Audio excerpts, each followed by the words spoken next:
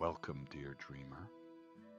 Tonight we settle back into an ancient time, one of masterful empires and dramatic downfalls, of midnight plots and intrigue. Yes, that's right. We're stepping into the bustling, toga-filled streets of ancient Rome.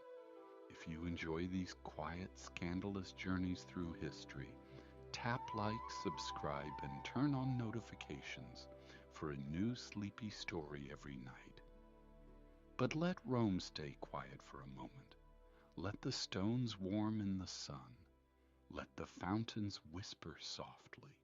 Let the red roofs of the city glow like clay bowls tipped toward the sky.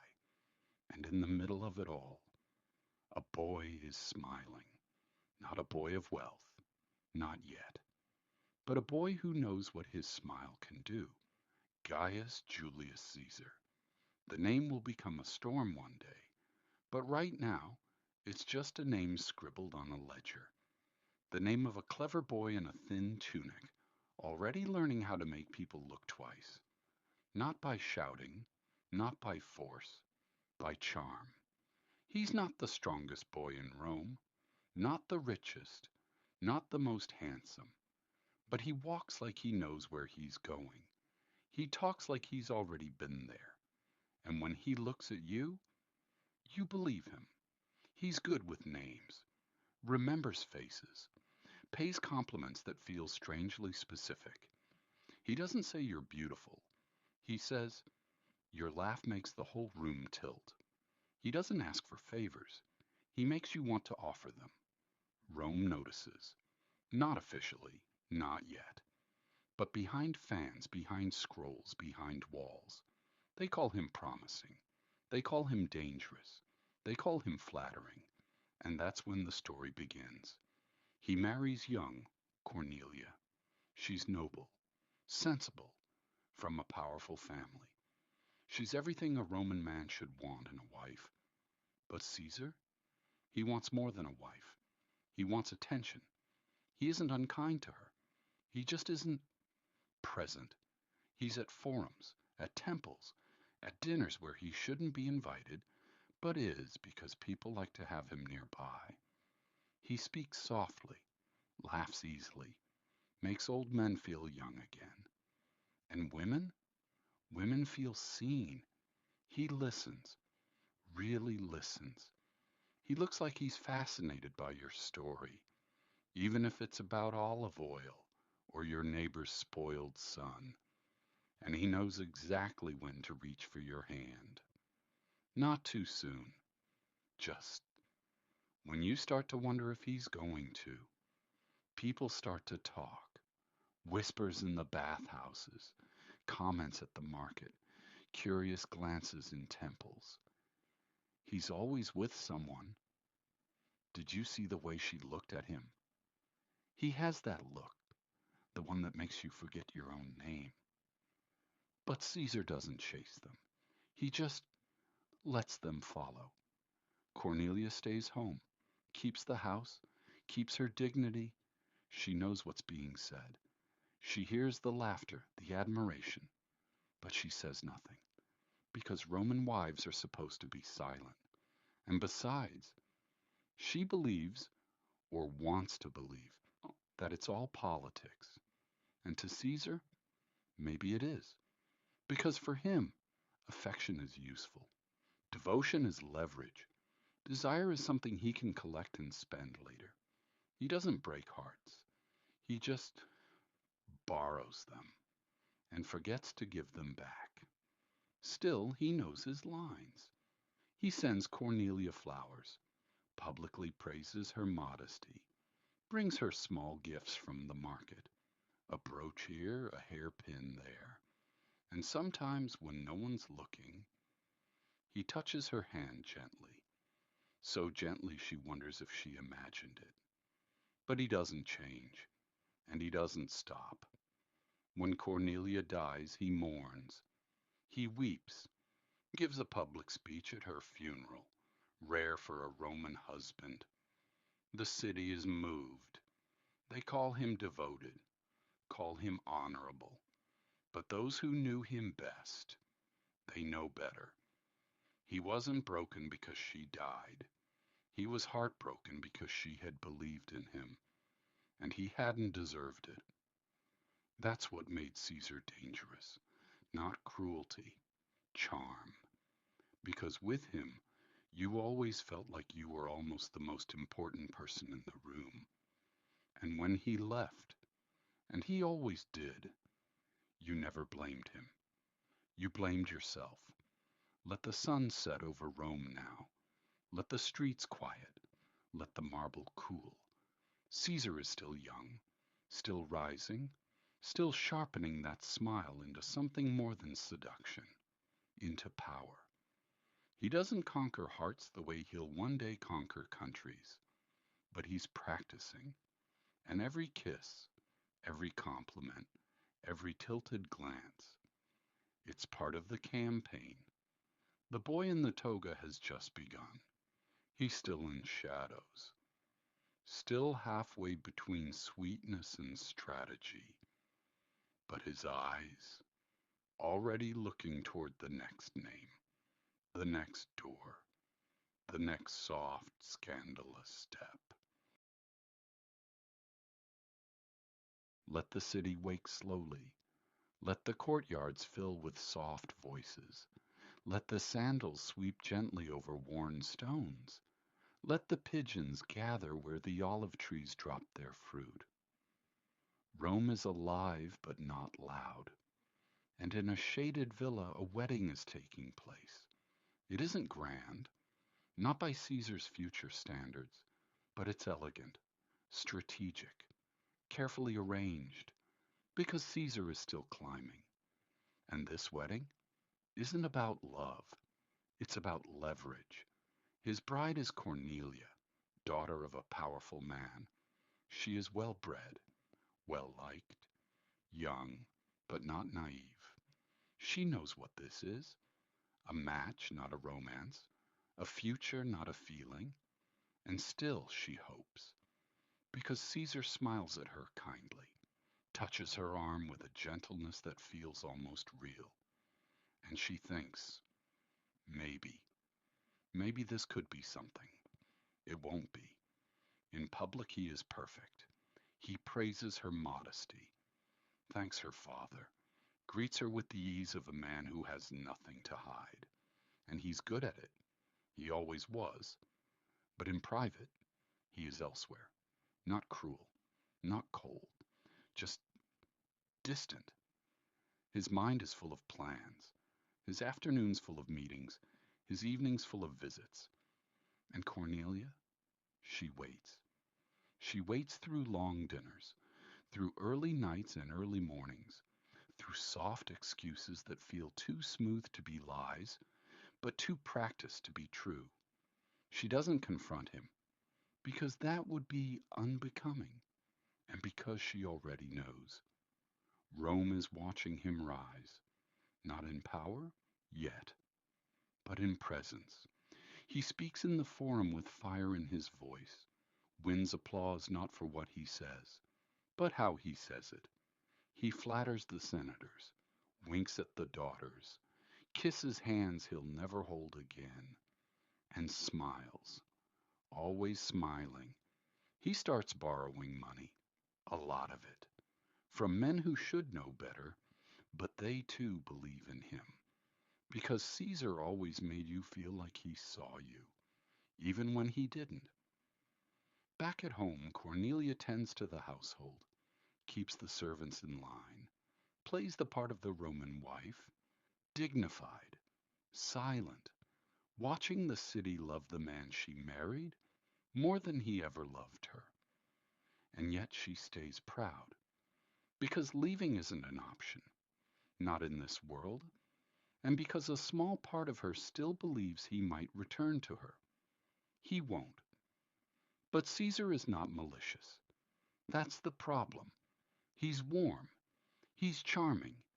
He remembers your birthday, brings figs from the market, touches your shoulder when you're speaking, just enough to make you lose your train of thought.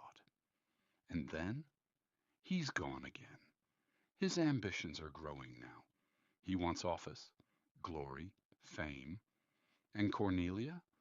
She is not the kind of woman who can offer him more of that. She's already his. She is stable, respectable, predictable, and Caesar is addicted to the chase. Still, when she falls ill, he is there, at least briefly. He sits by her bed, takes her hand, says her name like he means it, and maybe in that moment, he does, because Caesar isn't heartless, just selfish. When Cornelia dies, Rome expects him to grieve in silence. Instead, he delivers a eulogy. In public, a rare act for a husband. And the city sighs. How devoted, how moving, how tragic. But behind the tears, Caesar's star rises again, because he knows how to use grief, how to craft it, how to let it shine just enough to look like love. Cornelia is remembered as the first wife, the quiet one, the one who was never really part of the story, but she was. She was the first person Caesar ever made believe he was hers, and the first person to learn he never belonged to anyone. Let the torches go out. Let the last guests leave the funeral quietly. Cornelia is gone. But Caesar? He's still smiling. Sleep now. The bride is gone. The boy is still rising. And Rome is just beginning to whisper his name like a secret it doesn't want to keep. Let the city settle into evening. Let the markets empty. Let the steps of the forum cool beneath the moon. Let the voices fade to a hush beneath marble columns. And somewhere in that hush, he's at her door. Servilia, sharp-eyed, elegant, married, which is to say, untouchable, which is to say, exactly Caesar's type. She wasn't beautiful in the obvious way, but she had presence, a way of tilting her head just so, a voice that didn't rush, a look that said, I've already seen how this ends. And Caesar? He liked a woman who could see through him, but still let him in. Their affair didn't start with a scandal. It started with a letter, or maybe a glance, or maybe just a pause in conversation that lasted a little too long. He praised her wit. She smiled without blushing, and the rest unfolded quietly. She was married to Decimus Junius Silanus, a senator. Caesar was not married anymore, but that didn't make this simple. Rome didn't frown on affairs, as long as they stayed invisible, but this one didn't. Not for long, because Caesar didn't do quiet well. Not really. He liked attention, even when he pretended not to. So the gifts to Servilia were noticed, the invitations, the way he lingered at her side too long at dinners. People talked. And Caesar? He let them. Some say he gave her a black pearl, the cost of a villa. Others say he gave her something more lasting, a child. She already had a son, Marcus Junius Brutus. Yes, that Brutus, the one who would later stand in a shadowed hall with a dagger in his hand. But at this point, he's just a boy, quiet, serious, watching. And there were whispers, soft ones, that he might have been Caesar's, that Servilia's son wasn't her husband's after all. Caesar never confirmed it. He didn't deny it either, because it helped him in a way. It made him seem more embedded, more dangerous, more legendary. He liked being the man people couldn't quite explain. And Servilia? She didn't ask for more. She was smart enough to know what this was. She wasn't expecting love letters or promises, just influence, access, a kind of loyalty Caesar rarely gave. And yet, he gave it to her, at least for a time.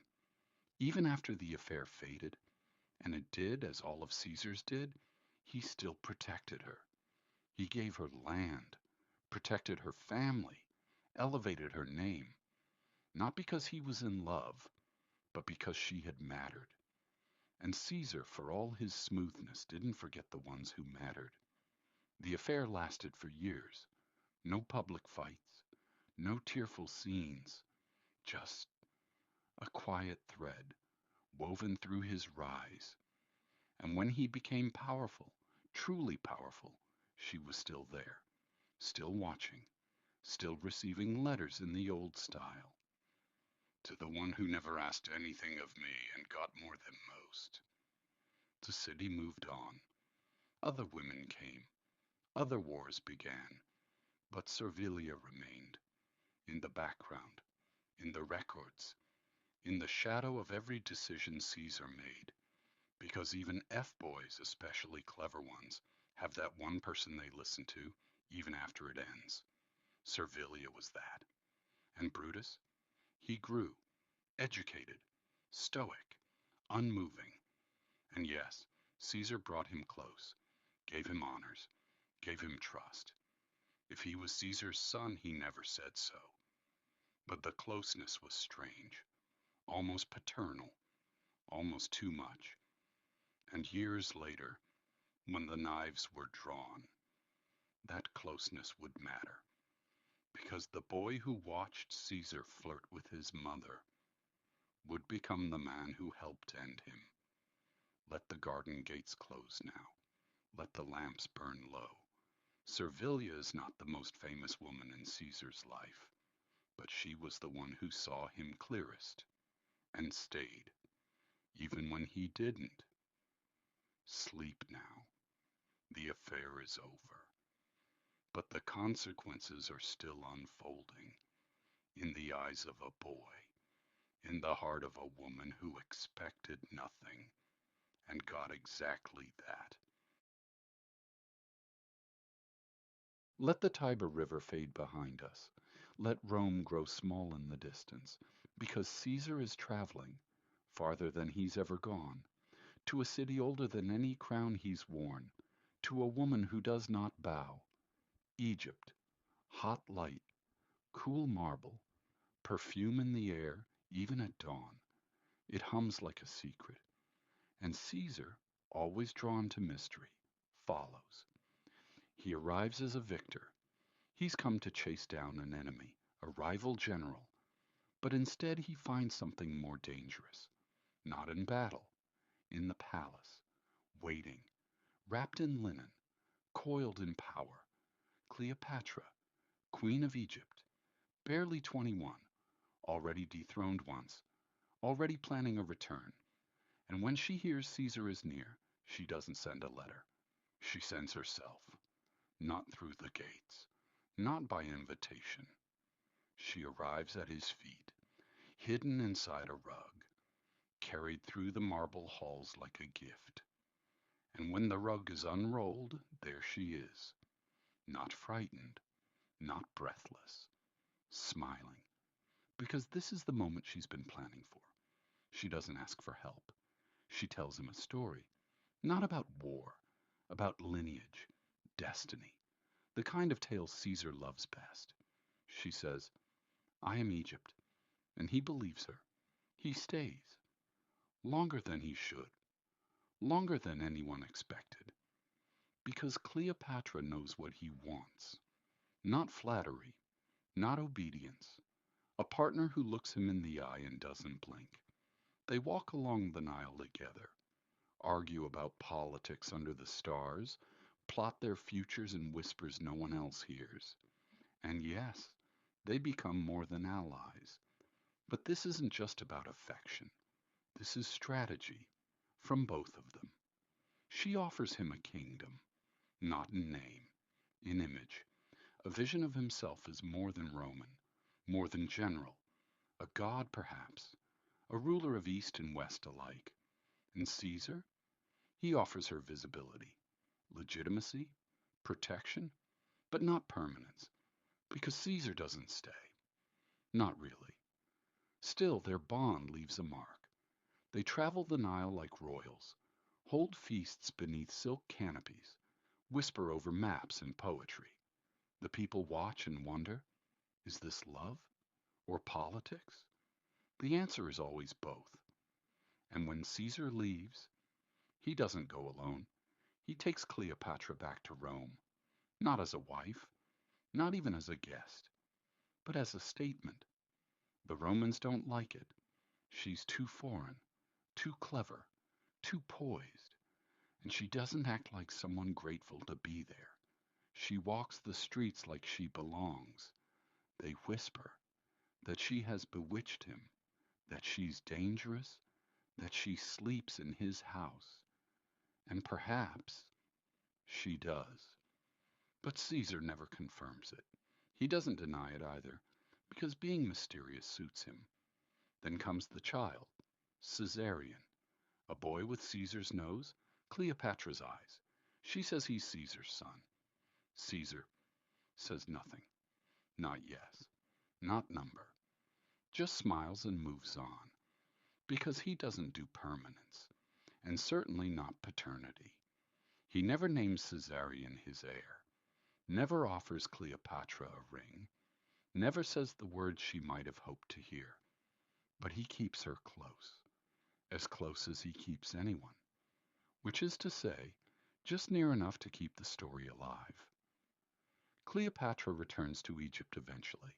She has a kingdom to run, a child to raise, and Caesar? He returns to his marble floors, his Senate speeches, his waiting wife, Calpurnia, still loyal, still quiet, still standing in the shadow of someone who never truly came home. Cleopatra won't see him again. Not like that. Not freely, not warmly, not with the promise of next time. Because there is no next time. Not for Caesar. Let the Mediterranean wind cool the sails. Let the palace grow still. He never said goodbye. He never had to. Cleopatra remains one of his most famous lovers. But what they had was never a love story. It was two empires, pausing to admire each other. Two rulers trading glances and futures, until one of them blinked, and the other kept walking. Sleep now. The queen is in her palace. The general is back in Rome. And between them still a whisper, a rug, a boy, and a question that was never answered. Let the marble floors cool in the evening air. Let the courtyards grow quiet. Let the echo of the city soften to a hum. Rome is never truly still, but tonight it feels slower, as if it's holding its breath. And in one of the villas behind those high carved walls, a woman waits, Calpurnia, Caesar's wife, his last, his quietest. She is not famous for rebellion, not known for wit or wealth or foreign beauty. She is known for staying, and in a city built on stories, that is sometimes the hardest role to play. She was young when they married, too young maybe, but not naive. She knew who Caesar was. Everyone did. Even then, he walked through Rome like a man who expected the world to open for him, and it always did. Their marriage was not romantic. It was an arrangement, a gesture, a tie between families. But she hoped, gently, privately, that something could grow from it. A partnership, a little affection, a place to stand in the storm of his ambition. He was kind at first, charming in the way he always was, generous when he remembered to be, but she was never at the center. She was never the first call, the first letter, the first thought. She was background, and yet she stayed. She smiled at banquets, stood beside him during speeches, accepted his long absences without question, because what else could she do? She was his wife, and Roman wives do not ask too much. Then came Cleopatra. The whispers were different this time, more intense, more persistent, not just a mistress, a queen, a foreign queen, with a child. Calpurnia heard it all and said nothing, because to protest would make her look petty. To object would make her seem weak. And she was neither. She was simply still. The eye of the storm, the silence in the background of Caesar's every dramatic return. He did not apologize. He did not explain. He returned home, smiled, changed clothes, and continued on, as though nothing had happened, as though Cleopatra had never existed, as though Calpurnia had never noticed. But she did. She noticed everything. The way the servants whispered more, the way senators paused before saying her name, the way her husband spoke just a little more carefully when Egypt came up. It was not love. It was not partnership. It was survival. And yet Calpurnia did not retreat. She began writing more letters, attending more events, making small but visible choices, a ribbon here, a remark there, to remind people that she was still Caesar's wife, still in the picture, still holding her place. In private, she lit candles, said quiet prayers, watched him from across long hallways, and wondered, not if he loved her, but if he ever could. She never asked, because she already knew the answer. He was not hers. Not in the way a husband might be, not in the way a partner should be. He belonged to Rome, to his ambition, to the mirror, to the stories being told about him, even before he was gone. But there was one thing Caesar could not do without her, appear stable, and Calpurnia gave him that. She gave him respectability, continuity, the illusion of a home. And for a man who collected empires like souvenirs that mattered more than love ever would. When guests visited, she poured the wine. When the Senate gathered, she stood nearby. When the people watched, she smiled, softly but convincingly. And when Caesar looked at her, she smiled back, even when she felt invisible, especially then, because invisibility is a kind of armor. If no one sees you, they can't break you. Let the candle burn low beside her now. She is in her room, alone, sitting upright still in her gown, not crying, not angry, just there. A woman who did everything right and was loved for none of it. But history remembers her, maybe not in the loud way, but in the stillness, the silence, the steadiness of a woman who did not fall apart, even when her husband made falling apart look inevitable. Sleep now. She is still there, on the balcony, watching the city light up around a man who has never seen her clearly. She doesn't speak, she doesn't interrupt, but she never leaves the frame.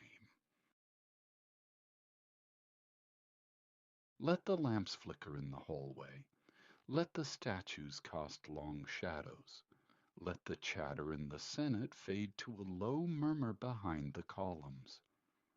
Rome is restless tonight, and so is Caesar, because for the first time in a long time, he's not the most interesting person in the room. She doesn't arrive with trumpets. There's no ceremony, no fanfare, no silk-wrapped carpets or hand-fed leopards. Just a quiet entrance, a nod to the guards, a firm step on marble, and a name that turns heads, even in Rome, Queen of Mauritania. She's older than Cleopatra, more composed, married, technically, but she travels alone, wears her crown like it's part of her body, carries herself like she's never once had to raise her voice to be obeyed. And when she speaks, the room leans in. Caesar is intrigued. Of course he is. He likes women who rule things, women with kingdoms, women with opinions. He offers her a feast, a private dinner, a tour of the city. She accepts all of it, but on her schedule. They walk the gardens. She asks about trade routes, about reforms, about ships, alliances, currency. He expects her to flatter him. She does not. She corrects his math, disagrees, politely, precisely, with one of his policies, and then changes the subject to poetry. He's fascinated. She's not playing the game. She's rewriting it. There are rumors, of course. The Senate notices their long talks, the late night strolls, the shared glances that last just a little too long. But no one can say for sure, because nothing is ever confirmed. And Caesar, for once, says nothing. Not because he's ashamed, not because he's hiding, but because she hasn't given him anything to claim. And that's what makes her different. He sends her a bracelet, gold, delicate, expensive. She sends it back with a note. I already have wrists. I don't need chains. Caesar doesn't pout, but he does stop smiling briefly. He's not used to being turned down, especially not gracefully. And yet, he keeps trying. Not aggressively, not publicly, just little gestures. An invitation here, a quote slipped into a speech, a small ship commissioned in her country's name. But Juno doesn't bend, because Juno doesn't need him. She has her kingdom, her titles, her own alliances. Caesar is interesting, but not necessary, and that quietly makes her the most powerful woman he ever met. Not because she was his equal, but because she never tried to be his anything. They part ways without fanfare. She leaves as quietly as she arrived. No kisses, no promises, no scandals, just a queen walking away. And Caesar? He watches her go. Some say he tried to call her back. Others say he sent gifts that never arrived, letters that were never opened, messengers who were never received. He would never admit it, but something about her lingered. Not the romance, the refusal. In the years to come, when people spoke of Caesar's great conquests, the cities, the territories, the lovers, there was one name he never brought up, because he couldn't say she was his. Let the palace grow quiet now. Let the torches dim in their sconces. Let the columns cool under moonlight. Some stories never explode. They don't end in betrayal or tears. They just leave. And that somehow is worse. Sleep now. The queen is gone. The charm didn't work. The game didn't play out. And in the silence she left behind, Caesar finally met someone who walked away before he could rewrite the ending. Let the torchlight flicker down the alleys. Let the chatter of the forum become a faraway hum. Let the city of marble rest beneath a sky full of silent stars. Because tonight, Caesar isn't thinking about a woman. He's thinking about Rome, and Rome, in its strange, stony way, is thinking about him too. He's always been charming, always been persuasive, but now his audience is different. No more small conversations in borrowed courtyards, no more secret notes or delicate glances. He doesn't need intimacy anymore.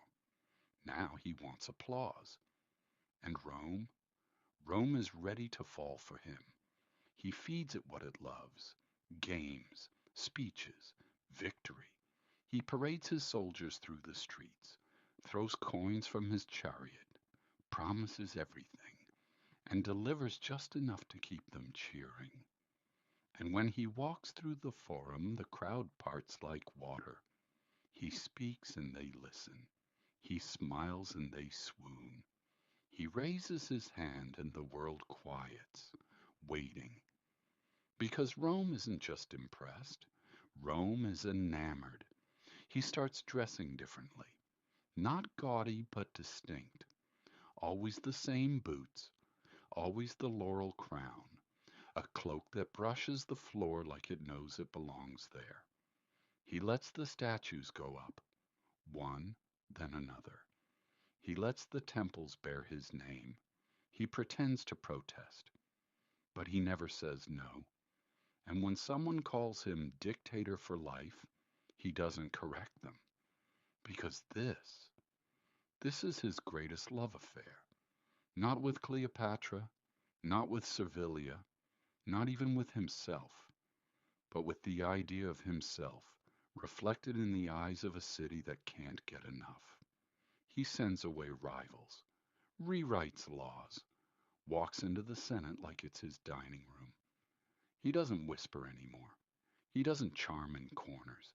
He dazzles, and people love it, at least for a while, because Caesar knows what Rome wants to hear, that it's eternal, that it's invincible, that it has chosen well.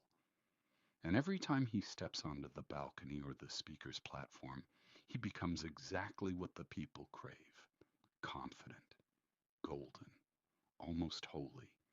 He even flirts with the calendar, names a month after himself, Julius, not because he needs it, but because he can. And through it all, he barely looks back. The lovers are memories, the marriages old footnotes, even Caesarion, the son Cleopatra named after him, goes unacknowledged, because none of them can give him what Rome gives him now: worship. Calpurnia still waits at home, quiet, steady. She knows this version of him isn't meant for her. He's become too big, too polished, too in love with the crowd to notice the woman at his table. Rome dines on Caesar like a feast. It cheers him in the streets, paints his face on coins, names its children after him. And Caesar, he soaks it in. He's not pretending anymore. He believes it. He tells himself this isn't vanity, it's vision. He's not being adored, he's being understood. And the people agree, until they don't, because every love affair reaches its peak. And when it does, it starts to wobble. The Senate begins to murmur. Old allies begin to shift in their chairs. Because Caesar hasn't just won the crowd, he started to make them feel replaceable. He cancels votes, sides with himself, stops listening, and the people who once loved him begin to wonder what happens when you give a man too much power and he stops pretending to be human. Let the streets dim now. Let the applause fade. He's still smiling, still waving. But in the crowd there are fewer hands raised, fewer hearts fluttering, because even the most charming man in the world can overstay his welcome, especially when he starts flirting with divinity. Sleep now. The city is quieter, the marble cooler, the crowd's a little less certain. Caesar still thinks Rome is his, but Rome is starting to look away. Let the fires burn lower in the Senate halls. Let the dust settle on the marble scrollwork. Let the moon drift softly over the rooftops of Rome, and down one long corridor, through a door always slightly ajar. He's there, watching, thinking, waiting. Marcus Junius Brutus, stoic, sharp, respectable, and to some suspiciously Caesar-like. His mother is Servilia, the same Servilia who once held Caesar's gaze, and maybe more. No one ever confirmed it, but the rumors never faded, that Brutus wasn't just her son. He was Caesar's, not officially, not legally, but the resemblance, the mannerisms, The way Caesar looked at him, proud, amused, just a little too fond, it raised eyebrows. Caesar brought him close, elevated him, trusted him, not because he had to, but because he wanted to. Brutus was quiet, measured, loyal, or so it seemed, and Rome watched them like a family portrait that never quite made sense. To Brutus, Caesar was never just a leader. He was something between a mentor and a mirror. And mirrors can be uncomfortable, especially when they start to show you things you don't want to see. At first, Brutus defended him. When senators muttered, Brutus reassured them.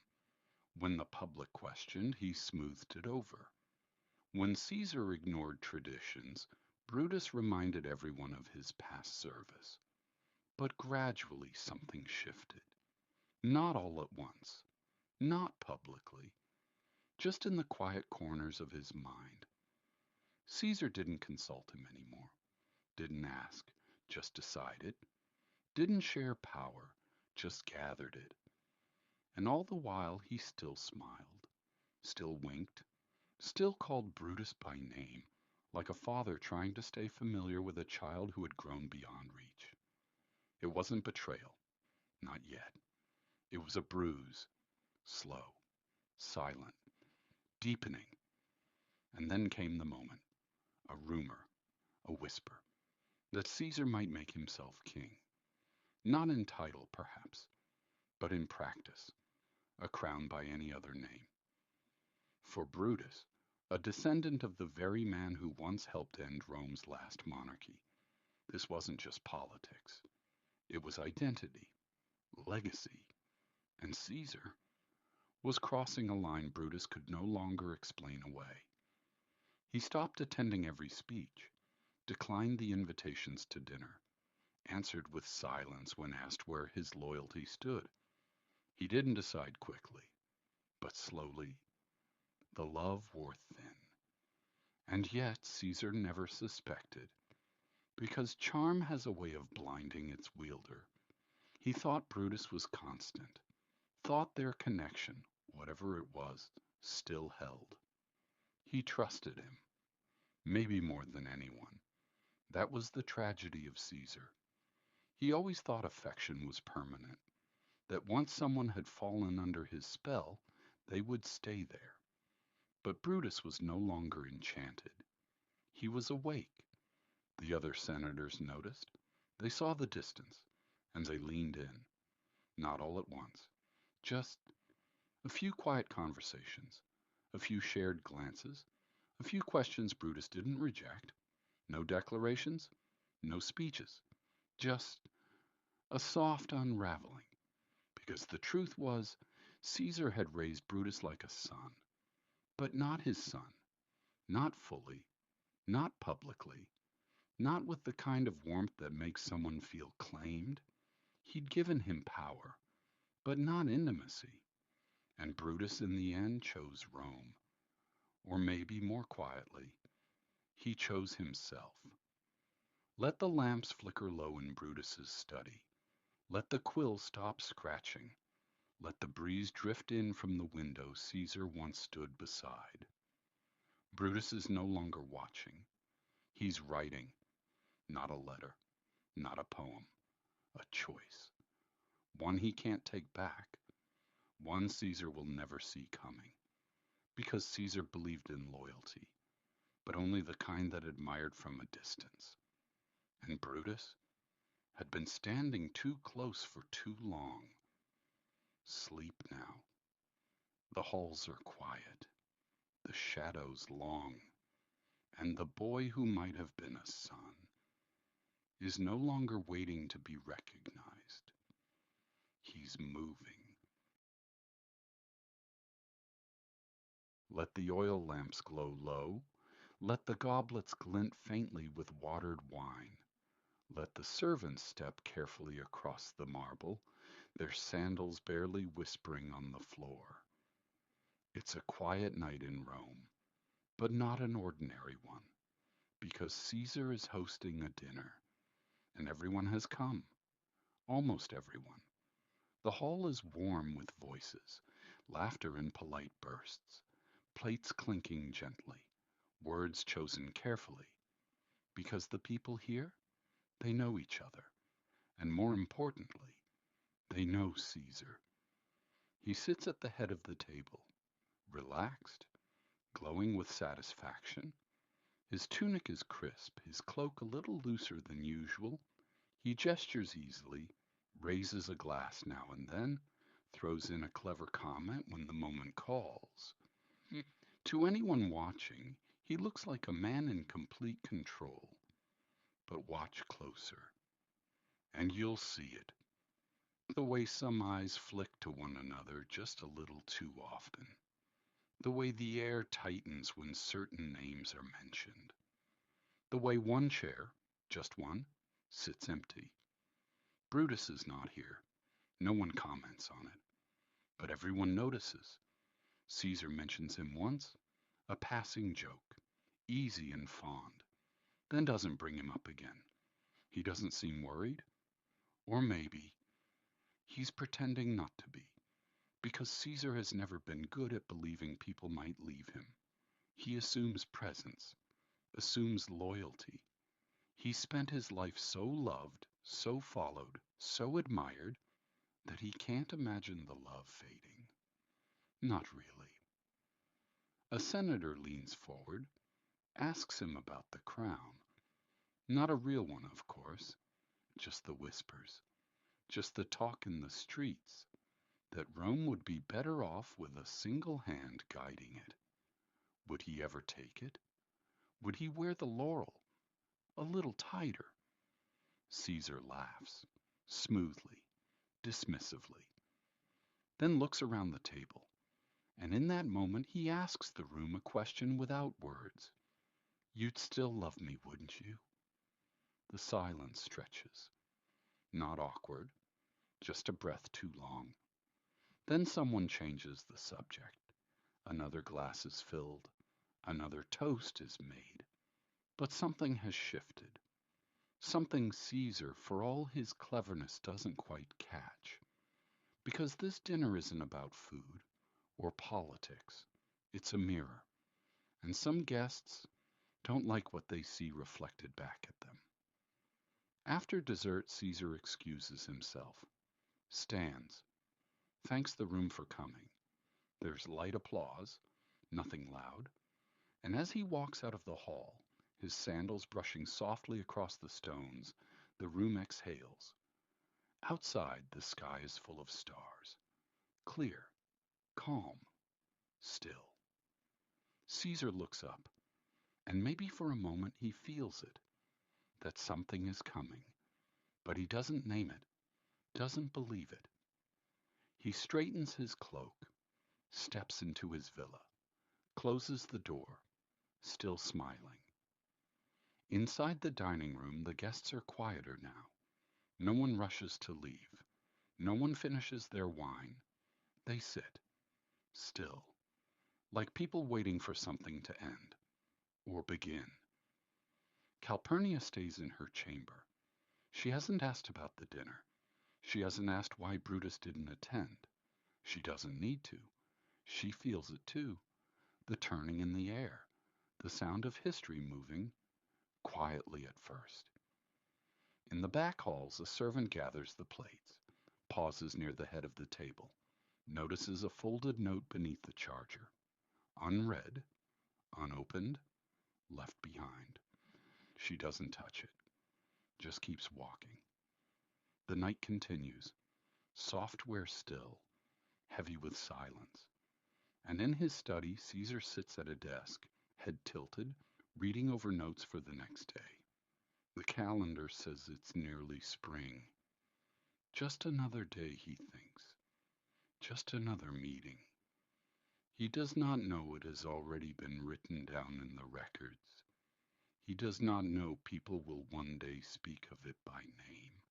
Let the house grow still. Let the guests return home. Let the stars blink above a man who believes his story is still unfolding. Because Caesar thinks the city still loves him. And maybe it does.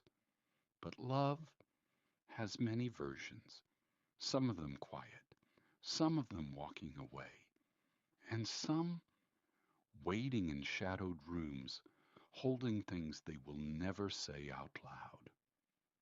Sleep now. The party is over. The seats are empty. And the moment, the one no one spoke of, is just hours away. Let the city wake in silver light. Let the breeze move through open shutters. Let Rome stretch quietly beneath the weight of another day. No trumpets, no ceremony, just footsteps, just stillness, just the Ides of March. Caesar is dressing, the same way he always does. Simple robe, laurel crown, quiet confidence. He eats a little bread, skims a scroll, nods once at Calpurnia when she tells him to stay home. She has a feeling, she says. But Caesar believes in momentum. He believes in himself. The walk to the Senate is short. He takes his time. The city hums beneath him like it always does. He doesn't wave, doesn't speak, but he doesn't need to. He is the man Rome looks at when it forgets what to believe in, and he's always known how to hold their gaze. At the Senate steps there are men waiting, friends, rivals, shadows in togas. They smile, not warmly, not coldly, just enough. And Caesar smiles back, because he still thinks this story is his. He steps inside. The marble echoes. The room is round, the windows high, voices hush, not in fear, not in awe, in decision. He doesn't see Brutus at first, or maybe he does and pretends not to. Maybe there's a flicker, a glance, a pause so small it doesn't touch the air. But in that moment, the room changes, not with noise, with silence, the kind that presses, the kind that ends things. There is no fight, no protest, no speech, just stillness, and the sound of Caesar realizing this isn't about politics anymore. It's about presence, and his is no longer wanted. The room exhales, and the story shifts, because Caesar, who once owned every table, every hall, every glance, now finds himself in a space that doesn't move for him, face to face with his own ending. And that, for a man like Caesar, is the only ending that ever mattered. No uprising, no riot, just no one stopping it. When it's done, there's no speech, no announcement, no applause. The men slip out, one by one, even Brutus. Outside, the streets continue. Children shout, coins change hands, bread is broken and sold. Rome does not stop for anyone, not even for Caesar.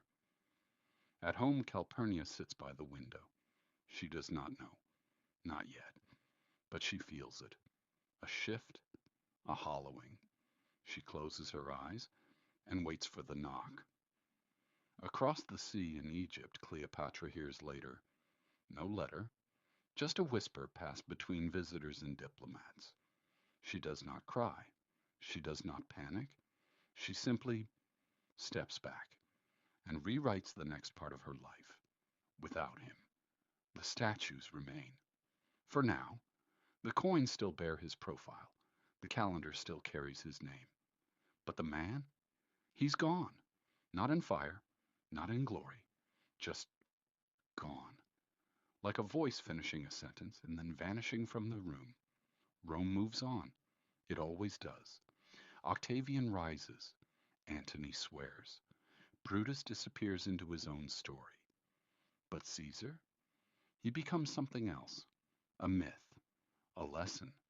A symbol of what happens when power and charm outpace patience. And all the women? They remember him differently. Calpurnia, as a presence she never fully held. Cleopatra, as a spark that never stayed lit. Servilia, as a mistake she never named aloud. And Rome, as a lover it couldn't quite forgive. Let the city rest now. Let the marble cool. Let the Senate fall still.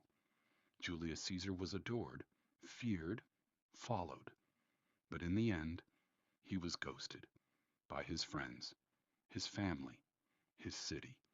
Not with fury, not with fire, just with silence. Sleep now. His footsteps are no longer heard, his voice no longer echoed, but his story as a legendary lover and leader is still whispered, not because it ended well, but because it ended unexpectedly, like they all do. Let the streets of Rome fall quiet now. Let the stone roads cool under starlight. Let the voices fade, not with shock, but with memory. The story is done. The charm has dimmed. The crowd has turned away. And Julius Caesar is part of history now. Not walking, not speaking, just resting, like the rest of us. So breathe slowly, in and out. Let the candle burn low. Let the world outside drift further away. You are safe. The story is over. And sleep is waiting. Good night, dear.